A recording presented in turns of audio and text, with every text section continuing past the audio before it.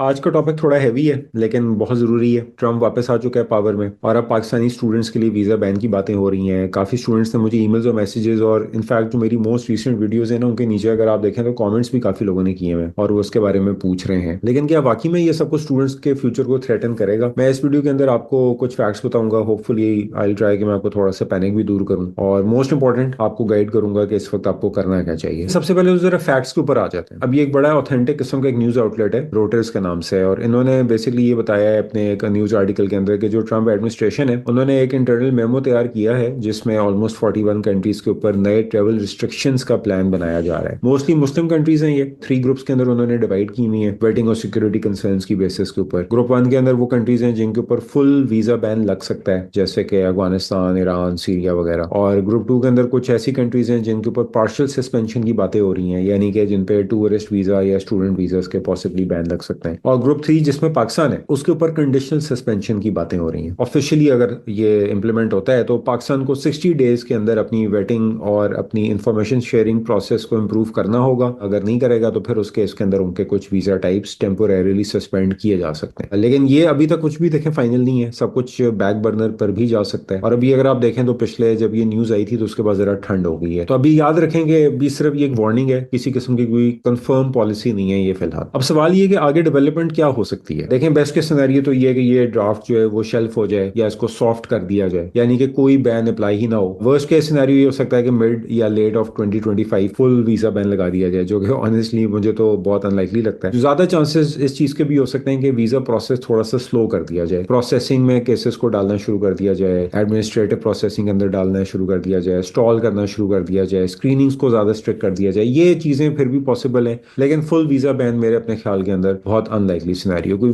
Middle ground कहीं पे निकलेगा कि वीजास लगते रहेंगे लेकिन बड़े ही क्रेडिबल, ऑथेंटिक और जेन्युइन किस्म के स्टूडेंट्स के ऊपर पॉलिसी जो होगी वो अप्लाई नहीं होगी। बाकी जहां पे थोड़े से भी रेड फ्लैग्स होंगे तो वहां पे पॉलिसी जो होगी वो काफी स्ट्रिक्ट कर दी जाएगी। अब इस केस के अंदर मेरा आपको बस एक सजेशन ये है कि आप अपनी ना प्रोफाइल के ऊपर काम करें, उसको स्ट्रॉन्ग करें, जीपीए को ठीक ठाक रखें, टोफल जीआरई वगैरह के अंदर अच्छे स्कोर्स करें, अच्छी यूनिवर्सिटीज में एडमिशन लें, एसओपी वगैरह अपने लेटर रिकमेंडेशन को सॉलिड रखें। तो केस टू केस बेसिस के ऊपर आपको अप्रूवल मिलते रहेंगे। और अगर आपके कोई रेड फ्लैग्स हुए, गंदी सी यूनिवर्सिटी में अप्लाई किया हुआ, एडमिशन लिया हुआ है, एजेंट्स वाली यूनिवर्सिटीज में एडमिशन लिए हुए, तो फिर रिजेक्शन के चांसेस आपके जो होंगे वो काफी ज्यादा होंगे। अब अगर आप ये सोच रहे हैं कि ये सब पहली बार हो रहा है तो देखें ऐसा बिल्कुल भी नहीं है। 2017 एक बहुत रिसेंट एक आपकी सामने एक एग्जाम्पल है जहां पर ट्रंप ने पहला ट्रेवल बैन लगाया था, जिसको लोग मुस्लिम बैन भी कहते हैं। खैर पाकिस्तान को तो बैन नहीं किया गया था, पाकिस्तान के लिए थोड़ी सी चीजों को स्ट्रिक्ट कर दिया गया था, लेकिन इसमें 7 कंट्रीज ऐसी थी जिनके ऊपर कंप्लीट बैन था, ईरान, इराक, सीरिया, लिबिया वगैरह। और इन मुल्कों के वीजा जो थे ना उनको टेम्पोरेरी सस्पेंड कर दिया गया था। अच्छा, उस टाइम के ऊपर भी ना मैं आपको बताता हूँ कि मेरे 2-3 स्टूडेंट्स थे जो कि ईरान से मुझसे पढ़ते थे। तो उन स्टूडेंट्स का ये हुआ था कि उनका एडमिशन हुआ है यूनिवर्सिटीज ने, अब वीजा ज़ाहिर है उनके सस्पेंड हुए हुए थे। कुछ महीने के बाद वीजा जो थे वो रिलैक्स हो गए। उन्होंने 6 महीने बाद या कुछ केसेस के अंदर साल बाद उन्हीं बच्चों ने उन्हीं यूनिवर्सिटीज को ज्वाइन इन कर लिया। अब ये मैं आपको वर्स्ट केस सिनेरियो बता रहा हूँ कि जिन मुल्कों के साथ फुल फ्लैश्ड बैन हुए हुए ना उनके साथ क्या हुआ था कि कुछ टाइम के बाद, चंद महीनों के बाद, वो बैन जो थे वो फ्लेक्सिबल कर दिए गए थे, लीनियंट कर दिए गए थे, दोबारा से वीजा लोगों को देना शुरू कर दिए गए थे। और अगर आप अभी भी देखें ट्रम्प एक दिन कुछ कहता है, अगले दिन कुछ कहता है। किसी दिन वो किसी मुल्क पे इतना टैरिफ लगा देता है, अगले दिन कहता है चलो इस टैरिफ को खत्म कर दो। तो वो जाहिर है कि वो रिएक्शन आता है ना। तो जब आप आज एक कोई एक्शन लेंगे तो उसका कुछ दिन रिएक्शन आएगा, फिर उस रिएक्शन की बेसिस के ऊपर वो अपनी पॉलिसी को रीएडजस्ट करता है। तो अगर उसने ऐसी कोई हरकत पाकिस्तान के साथ की भी तो वो कुछ टाइम के बाद, चंद महीनों बाद, पाकिस्तान फिर उसको खुश करने के लिए कोई ना कोई और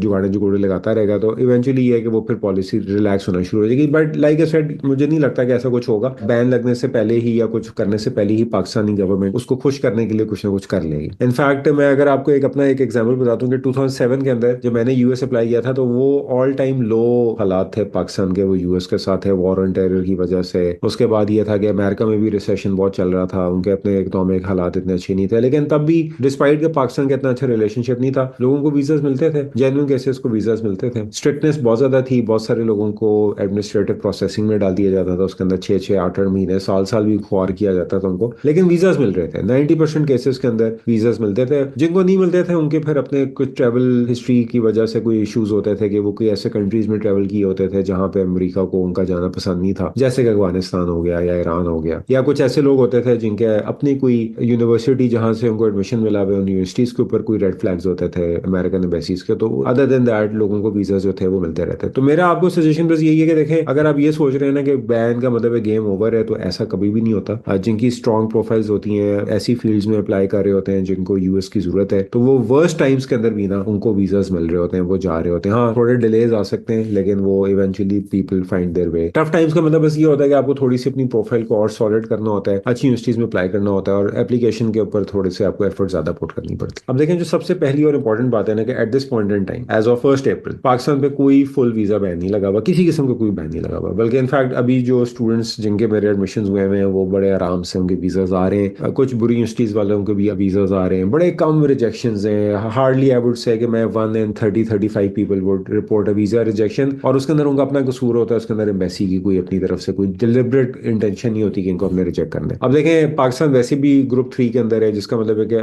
वर्स्ट केस सिनेरियो क्या होगा, कंडीशन सस्पेंशन हो जाएगी। तो अगर पाकिस्तान 60 डेज के अंदर अंदर यूएस को खुश कर देता है तो कुछ भी नहीं होगा, तो डरने की कोई जरूरत नहीं है। आप अपनी तैयारी को परफेक्ट रखें, उस पर फोकस करें, पॉलिटिक्स के अंदर खामखाई ना पड़े। हिस्टोरिकली भी ये चीजें होती रही हैं, उन्हीं से सीखें। उन सालों में वर्स्ट हालात के अंदर भी कभी भी पाकिस्तान के ऊपर फुल बैन नहीं लगे हुए, तो Pakistan has always made a way out. तो you don't need to worry about it. आप अपने प्लान्स को शेल्फ करके बैठ जाएंगे, जी नहीं यार अब तो सब बर्बाद हो गया, खत्म हो गया, मैं अब सो जाता हूँ, आराम फरमाता हूँ, तो इसको एक्सक्यूज के तौर पे ना लेंगे, मैं अब इसको बहाने के तौर पे लेकर तो आगे अपना अप्लाई नहीं करता और लंबे पै जाते हैं। सबसे इंपॉर्टेंट चीज ये है कि आपको अब करना क्या चाहिए। मैं सजेस्ट करूंगा कि अपने आपको प्रिपेयर वर्स्ट के लिए करना चाहिए हमेशा। और अगर पाकिस्तान के ऊपर कोई वीजा प्रोसेसिंग वगैरह के ऊपर कोई इश्यूज आते हैं, स्लो कर देते हैं वो, या केस टू केस बेसिस के ऊपर लोगों को रिजेक्ट या एक्सेप्ट करने लग जाते हैं, तो आपको उसके लिए प्रिपेयर अपने आप को करना है। सबसे पहली चीज तो ये कि अपनी प्रोफाइल को स्ट्रॉन्ग बनाएं, रेलेवेंट एक्सपीरियंस गेन करें, रिसर्च एक्सपीरियंस गेन करें, कोशिश करें किसी ऐसी फील्ड में अप्लाई करें जिसकी अमेरिका को शिद्दत से जरूरत है, या अपने जीपीए, जीआरई, एलओआर, एसओपीज वगैरह को टॉप नॉच बनाएं। अच्छी यूनिवर्सिटीज में अप्लाई करना बहुत जरूरी है। एक रूल ऑफ थंब मैं ये कहता हूँ कि अपनी फील्ड के अंदर जो टॉप 30 प्रोग्राम्स हैं उनको टारगेट करें, क्योंकि जब वीजा ऑफिसर ये देखता है कि आप किसी रिप्यूटेबल यूनिवर्सिटी में जा रहे हैं तो वो आपको एक सीरियस एप्लीकेंट समझते हैं। लेकिन अगर आप किसी अननोन या एजेंट्स वाली लो टीयर यूनिवर्सिटीज नहीं होती हैं जिनके वो पाकिस्तान में जगह जगह एजेंट्स बैठे होते हैं, अगर आप उस तरह की यूनिवर्सिटी में अप्लाई करेंगे तो उससे इंप्रेशन ये मिलता है कि आप सिर्फ यूएस जाने के लिए डिग्री को खरीद रहे हैं। टफ वीजा एनवायरमेंट के अंदर ना ऐसी यूनिवर्सिटीज को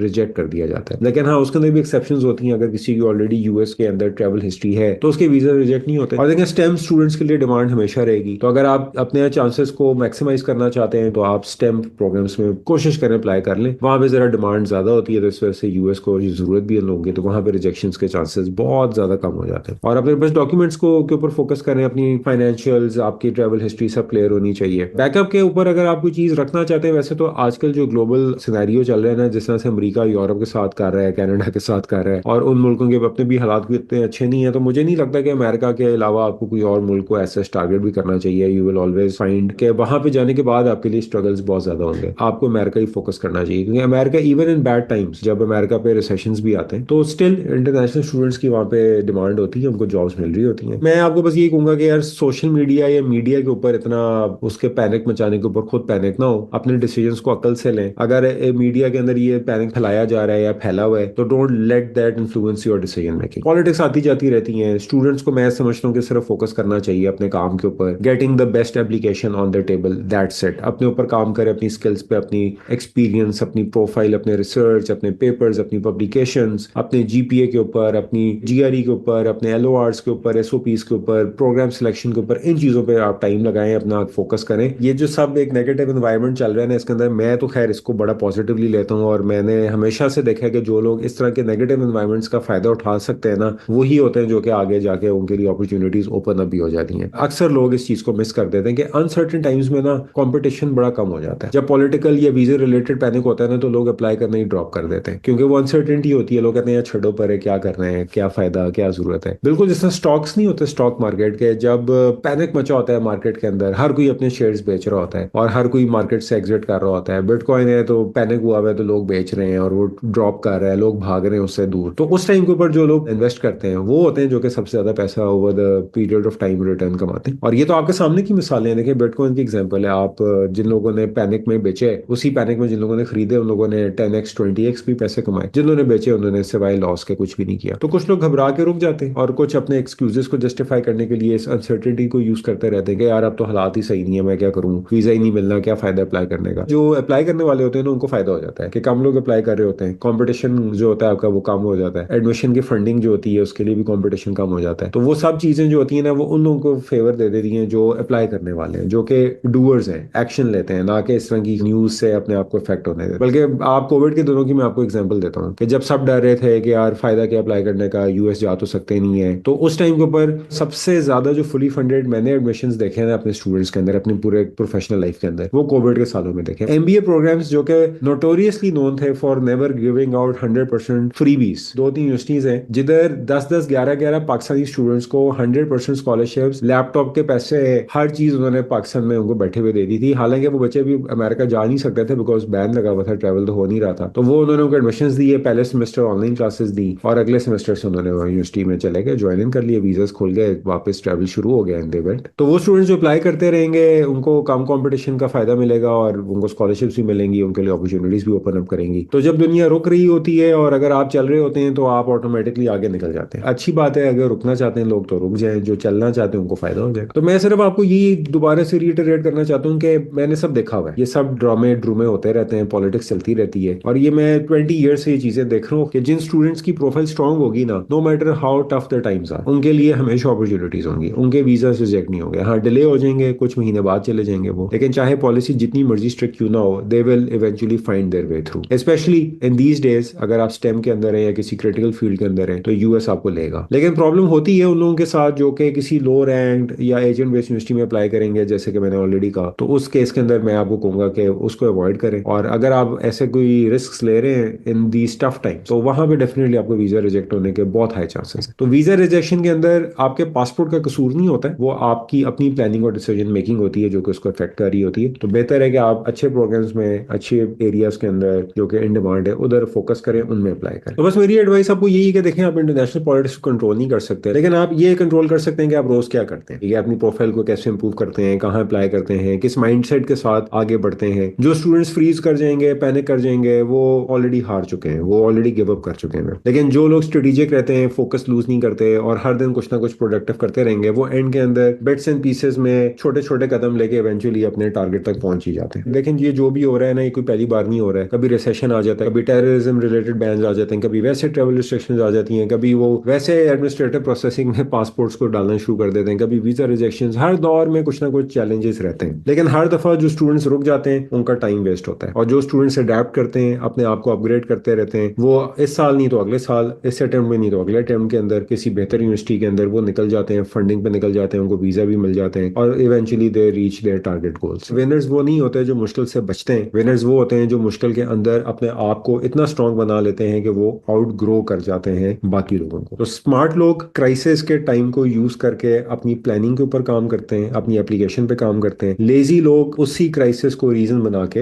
रुक जाते हैं। तो ये बस एक सिंपल सा लेसन है, इसको जहन में रखिएगा, और जो भी न्यूज आती रहे उससे अपने आप को वैक्यूम कर दें, उससे अपने आप को शट ऑफ कर दें, and focus on your task, focus on your application. इसके अलावा आपको कुछ और करने की जरूरत नहीं है। अगेन, अगर आपके कोई क्वेश्चंस हैं, any queries, please feel free to ask them in the comment box.